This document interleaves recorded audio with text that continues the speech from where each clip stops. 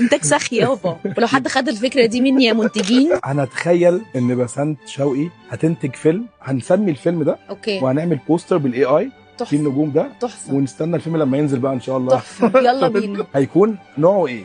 كوميدي. اكشن رومانتك كوميدي. لو هنتكلم عن البطل، لا انا عايزه بطلين مش عايزه بطل. فرجوا تايسون ان شاء الله ما بيحصل، حصلش قبل ان شاء كده، الله هيحصل. ولو حد خد الفكره دي مني يا منتجين، وهيقابلوا عصابه. مين هيبقى رئيس المافيا؟ طه دسوقي. ده عصوي شكله طيب. طه دسوقي اخرج بره الصندوق. او دنيا سامي. لا ممكن نخلي دنيا سامي هي البلوت تويست اللي في الاخر، اللي هي تبقى هي بقى هي البيج بوس. واحنا بيج فاكرين طول بوس الفيلم ان خالص. طه دسوقي هو ده رئيس العصابه، ودنيا سامي هي اللي تبقى ماشي يلا. رئيس العصابه. ده خطف حبيبه فراج، رحمه احمد.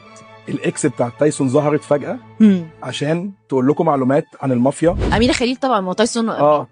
عايزين نسمي اسم الفيلم ده بقى. ديل الكلب. ما مش هنكملها. هي دي الكلب. ديل الكلب ايه؟ حلو. ديل الكلب ايه؟ وبعدين على طول بيتقال على الرجاله، فهيبقى هم عملوا ايه غلط في الستات دي؟ صح. عشان كده الستات، هل الستات بتقول عليهم ان هم عمرهم ما يتعدلوا هيفضلوا كده؟